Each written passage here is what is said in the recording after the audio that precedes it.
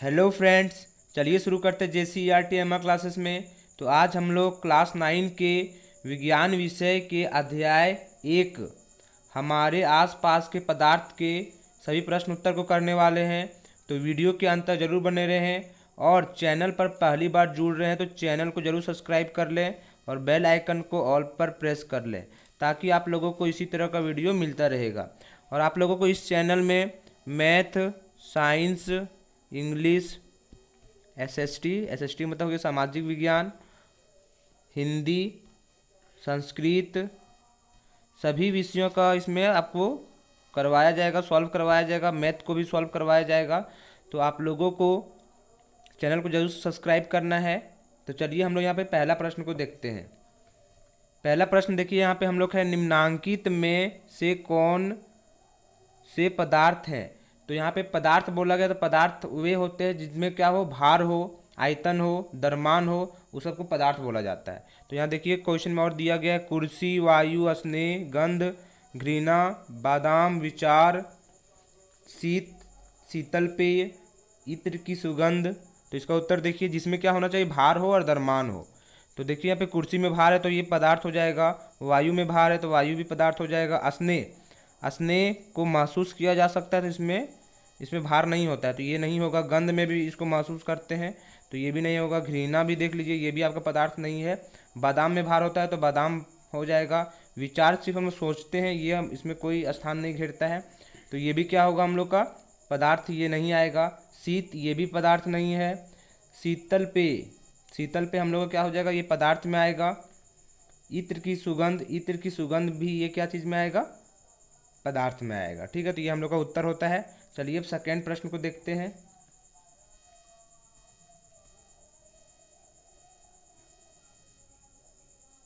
यहाँ देखिए सेकेंड प्रश्न है हम लोग का निम्नांकित प्रेक्षक के कारण बताएं। तो उत्तर देखिए यहाँ पे एक और यहाँ पे क्वेश्चन दिया गया है, गर्मा गर्म खाने की गंध कई मीटर दूर से ही आपके पास पहुंच जाती है, लेकिन ठंडे खाने की महक लेने के लिए आपको उसके पास जाना पड़ता है। तो ऐसा क्यों होता है, चलिए इसका उत्तर देखते हैं। पदार्थ के कण निरंतर गतिशील रहते हैं तथा तापमान बढ़ने पर कणों की गति तेज हो जाती है। खाने से गंध विसरण द्वारा हम तक पहुंचती है। गर्म खाने का तापमान अधिक होने के कारण विसरण की दर ठंडे खाने की अपेक्षा अधिक होती है, अतः कई मीटर दूर से ही गंध हम तक पहुंच जाती है। तो ये हम लोग दूसरा प्रश्न था। चलिए अब हम लोग यहाँ पे तीसरा प्रश्न देखते हैं। तीसरा प्रश्न देखिए यहाँ पर है, स्विमिंग पूल में गोताखोर पानी काट पाता है, इससे पदार्थ का कौन सा गुण प्रेक्षित होता है। तो उत्तर देखिए स्विमिंग पूल में पानी होता है जो द्रव अवस्था में होता है, पानी का काट पाने से पदार्थ का यह गुण प्रेक्षित होता है कि द्रवों के कणों के बीच लगने वाला बल कम होता है, अतः पानी के कण आसानी से अलग हो जाता है। अब यहाँ पे देखिए 4 प्रश्न है ये, और ये पेज नंबर 4 का हम लोग का प्रश्न उत्तर है यहाँ पर। तो यहाँ पे देखिए 4 नंबर, पदार्थ के कणों की क्या विशेषताएं होती है। तो उत्तर देखिए पदार्थ के कणों की विशेषताएं, पहला नंबर में है पदार्थ के कणों के बीच रिक्त स्थान होता है, पदार्थ के कण निरंतर गतिशील होते हैं, पदार्थ के कण एक दूसरे को आकर्षित करते हैं। तो ये हम लोग का पेज नंबर 4 का प्रश्न था। अब चलिए इसको हम लोग आगे का प्रश्न को देखते हैं।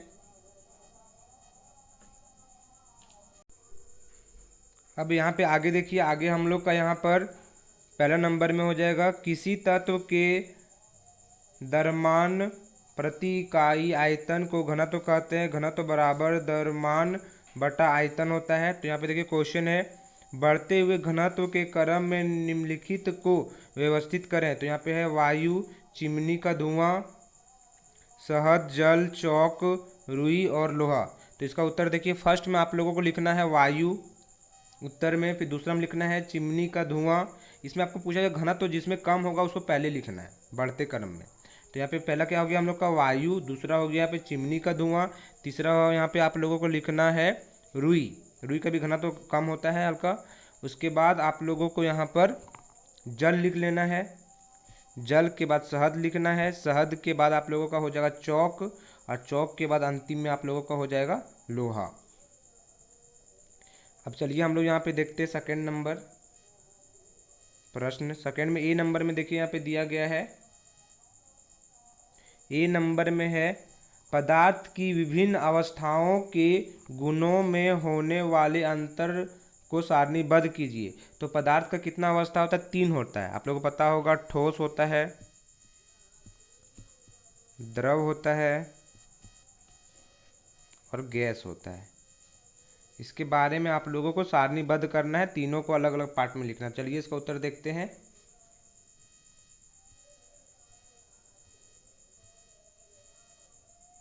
तो यहाँ पे देखिए उत्तर हम लोग का हो जाएगा, पहले आप लोग ठोस करना है, फिर एक तरफ द्रव लिखना है, फिर गैस लिखना है।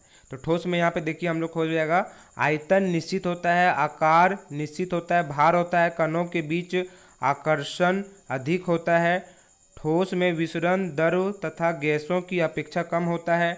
आगे देखिए यहाँ पर आयतन निश्चित होता है, आकार अनिश्चित होता है, क्योंकि जो द्रव्यमान है, ये पानी एग्जाम्पल में समझ लीजिए कि पानी में उसका कोई भी आकार नहीं हो सकता, वो कोई भी शेप में हो सकता है, इसलिए आकार अनिश्चित होता है। भार होता है, कणों के बीच आकर्षण कम होता है, विसरण तीव्र होता है। अब गैस में देखिए यहाँ पे लिखना आप लोगों को, आयतन अनिश्चित होता है, गैस इसका भी आयतन अनिश्चित होता है, आकार और आयतन दोनों ही अनिश्चित होता है। भार होता है, आकर्षण द्रव्यों से कम होता है, विसरण द्रव्यों से अधिक होता है। ये हम लोग ए नंबर का था। अब चलिए बी नंबर को देखते हैं। बी नंबर का देखिए यहाँ पे हम लोग का प्रश्न यहाँ पर है, बी का प्रश्न, निम्नलिखित पर टिप्पणी कीजिए। तो यहाँ पे देखिए दृढ़ता पे लिखना है संपीड्यता, सरलता, बर्तन में गैस का भरना, आकार, गति, ऊर्जा एवं घनत्व। इसका परिभाषा लिखना है हम लोग को। तो यहाँ पे देखिए फर्स्ट में हम लोग दृढ़ता के बारे में लिखते हैं, ठोस पदार्थ के कणों में आकर्षण बल अधिक होता है, इसलिए ठोस के कणों की व्यवस्था अत्यधिक क्रमित होती है, इसलिए ठोस दृढ़ होता है। संपीड्यता का देखिए यहाँ पर उत्तर हम लोग का हो जाएगा, संपीड्यता का उत्तर है यहाँ पे, पदार्थ को बाह्य बल द्वारा दबाकर उसके आयतन में परिवर्तन करना संपीड्यता कहलाता है। गैसों की संपीड्यता सबसे अधिक होती है। सरलता का देखिए यहाँ पे, पदार्थों के बहाव के गुण को सरलता कहते हैं। बर्तन में गैस का भरना, इसका उत्तर हो जाएगा यहाँ पर, गैसों का आयतन तथा आकार अनिश्चित होता है, इन्हें किसी भी बर्तन में भरा जा सकता है, गैस को संपीड़न करके भरा जाता है। अब देखिए हम लोग आकार का यहाँ पे हम लोग को लिखेंगे। तो आकार में देखिए लिखना आप लोगों को, ठोस पदार्थों का आकार अनिश्चित होता है, द्रवों तथा गैसों का आयतन अनिश्चित होता है। गतिज ऊर्जा में आप लोगों को लिखना है, पदार्थ के कण निरंतर गतिशील होते हैं, अर्थात उनमें गतिज ऊर्जा होती है। लास्ट में देखिए घनत्व, किसी तत्व के द्रव्यमान प्रति इकाई आयतन को घनत्व कहते हैं। घनत्व बराबर क्या होता है? द्रव्यमान बटा आयतन। ये फार्मूला आप लोगों को याद रखना है, बहुत ही इंपॉर्टेंट फार्मूला है। अब चलिए नेक्स्ट देखते हैं हम लोग। तीसरा का ए नंबर यहाँ पे देखिए क्वेश्चन है, कारण बताएं। ए नंबर में है, गैस पूरी तरह उस बर्तन को भर देती है जिसमें इसे रखते हैं। तो इसका उत्तर देखिए,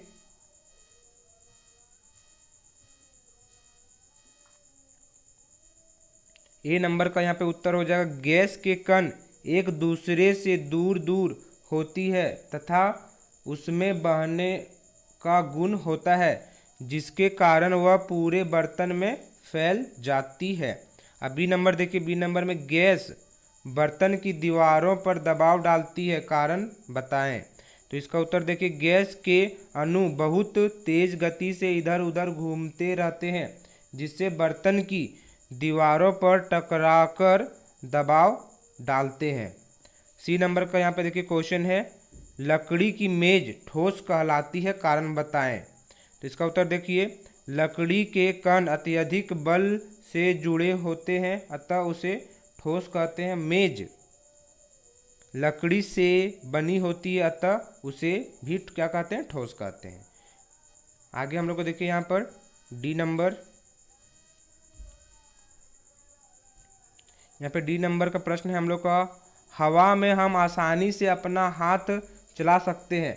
आप लोग देखिए हवा में अपना हाथ को इधर उधर कर सकते हैं, लेकिन एक ठोस लकड़ी के टुकड़े में हाथ चलाने के लिए हमें कराटे में दक्ष होना पड़ेगा, कारण बताएं। और उसके बाद आप लोगों को हाथ में अगर लकड़ी लेके इधर उधर करते हैं तो हम लोग को इसमें ताकत लगता है, तो ऐसा क्यों होता है इसके बारे में आपको बताना है।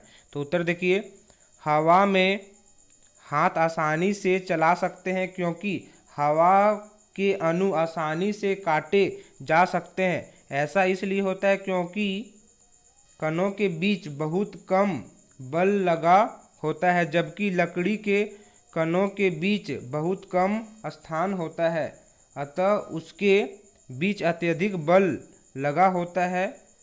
उसमें हाथ चलाने के लिए हमें कराटे में दक्ष होना पड़ेगा। अब यहाँ पे हम लोग देखते हैं 4 प्रश्न।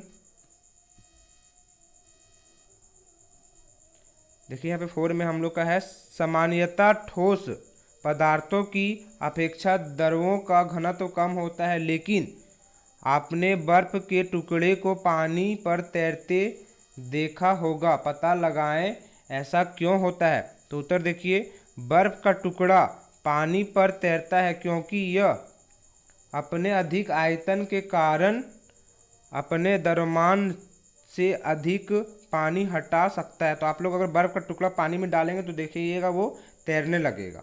आगे देखिए, इसलिए बर्फ का टुकड़ा तैरता रहता है। बर्फ का आयतन अपने उस जल से जिससे वह बना होता है अधिक होता है। ये हम लोग अब 4 कंप्लीट होता है। अब हम लोग नेक्स्ट प्रश्न उत्तर करेंगे। यहाँ पे देखिए, अब नेक्स्ट पेज का यहाँ पर प्रश्न है हम लोग का, निम्नलिखित तापमान को सेल्सियस में बदलें। तो यहाँ पे ए नंबर में है 300 केल्विन और बी नंबर में है 573 केल्विन। तो केल्विन को अगर सेल्सियस में बदलना है तो आप लोगों को 273 केल्विन से माइनस करना पड़ेगा। तो ए नंबर में देखिए यहाँ पर है 300 केल्विन है, और यहाँ पे हम लोग किससे घटाएंगे, इसको 273 केल्विन से घटाएंगे तो कितना डिग्री ये बन गया, 27 डिग्री सेल्सियस बन गया। फिर दूसरा बी नंबर में हम लोग का यहाँ पर है 573 केल्विन, तो इसको भी आप लोगों को घटाना है 273 केल्विन से, तो इसका आंसर हो जाएगा 300 डिग्री सेल्सियस हो जाएगा। अब आगे देखिए यहाँ पे सेकेंड नंबर है, निम्नलिखित तापमान पर जल की भौतिक अवस्था क्या होगी। तो यहाँ पे देखिए ए नंबर में है 250 डिग्री सेल्सियस। तो 250 डिग्री सेल्सियस में ये क्या होगा, यहाँ पर जल जो है गैस अवस्था में होता है। और बी नंबर में 100 डिग्री सेल्सियस। तो 100 डिग्री सेल्सियस में जल द्रव अवस्था में होता है, लेकिन 100 डिग्री सेल्सियस में क्या होता है, ये उबलना शुरू हो जाता है। तो यहाँ लिख सकते हैं जल द्रव अवस्था में होता है और क्या होता है, उबलना शुरू हो जाता है। चलिए अब यहाँ पे देखते हैं हम लोग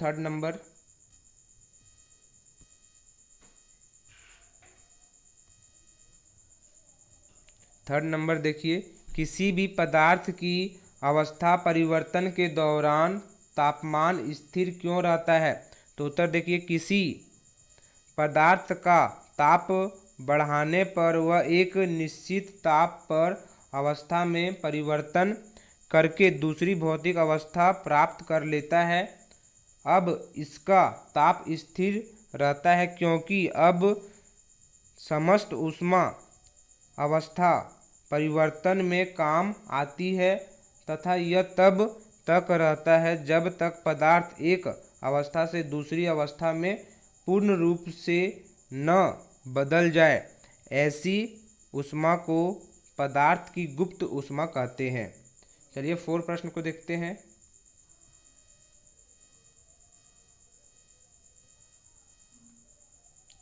फोर प्रश्न देखिए, यहाँ पर हम लोग का है, वायुमंडलीय गैसों को द्रव में परिवर्तन करने के लिए कोई विधि सुझाएं। तो उत्तर देखिए, हम जानते हैं कि पदार्थ की अवस्थाएं दाब व ताप के द्वारा तय होती है। ताप कम करके व दाब बढ़ाकर पदार्थ की अवस्था परिवर्तन किया जा सकता है। तो अगर हम लोग तापमान बढ़ाएंगे घटाएंगे, इससे क्या होता है, पदार्थ का जो है अवस्था को बदल सकते हैं। अब आगे देखिए, वायुमंडलीय गैस की ऊपर ऊंचाई पर ताप क्या होता है, ऊपर ऊंचाई में हम लोग ताप कम होता है, ताप कम होने के कारण गैस संघनित होकर बादलों में बदल जाता है, जो दरों की छोटी छोटी बूंदों से मिलकर बना होता है। तो ये हम लोग को यहाँ पे प्रश्न कंप्लीट होता है। अगर चैनल पर पहली बार जुड़ रहे तो चैनल को जरूर सब्सक्राइब कर लें। अब हम लोग नेक्स्ट प्रश्न देखेंगे।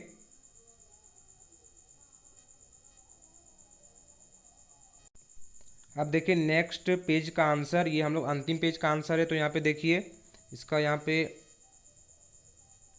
प्रश्न यहाँ पर है, गर्म शुष्क दिन में कूलर अधिक ठंडा क्यों करता है। तो उत्तर देखिए, गर्म शुष्क दिनों में वायुमंडल में जलवाष्प कम होती है, जिसके कारण वाष्पीकरण की दर बढ़ जाती है।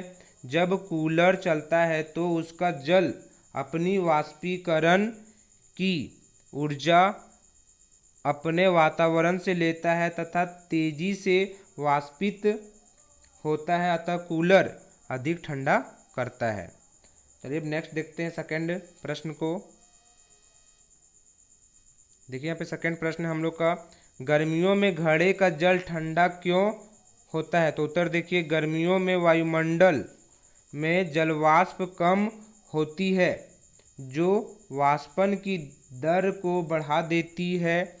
घड़े में छोटे छोटे रंध्र होते, रंध्र का मतलब छेदा उसमें होता है छोटा छोटा, जिनसे पानी धीरे धीरे सिरता रहता है, मतलब धीरे धीरे बाहर की ओर निकलता रहता है, जो वाष्पन के लिए ऊष्मा जल से व वायुमंडल से लेता है, जिससे घड़े के आसपास का वातावरण ठंडा हो जाता है, जिससे घड़े का पानी ठंडा हो जाता है।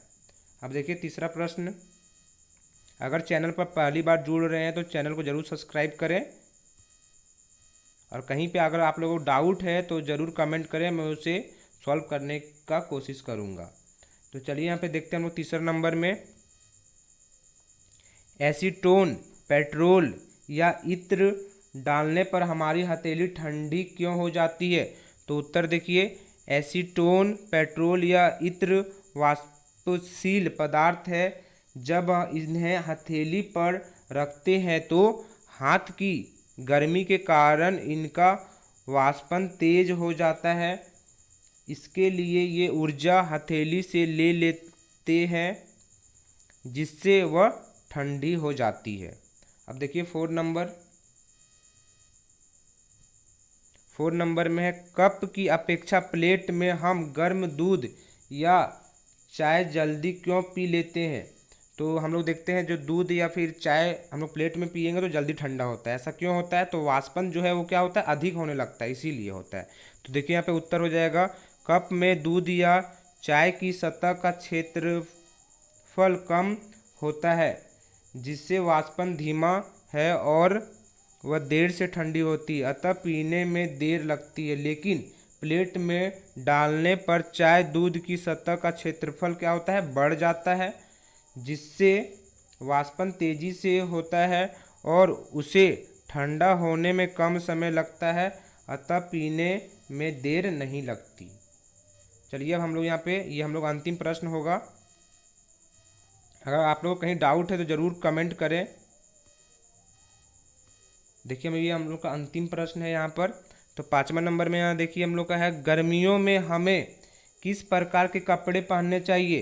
तो गर्मियों में हमें सफ़ेद या हल्के रंग के कपड़े पहनने चाहिए, क्योंकि सफ़ेद या हल्का रंग ऊष्मा का अच्छा परावर्तक होता है। परावर्तक का मतलब जो भी है धूप इसमें नहीं आता है, वो परावर्तन कर देता है, जिससे हम ठंडापन महसूस करते हैं।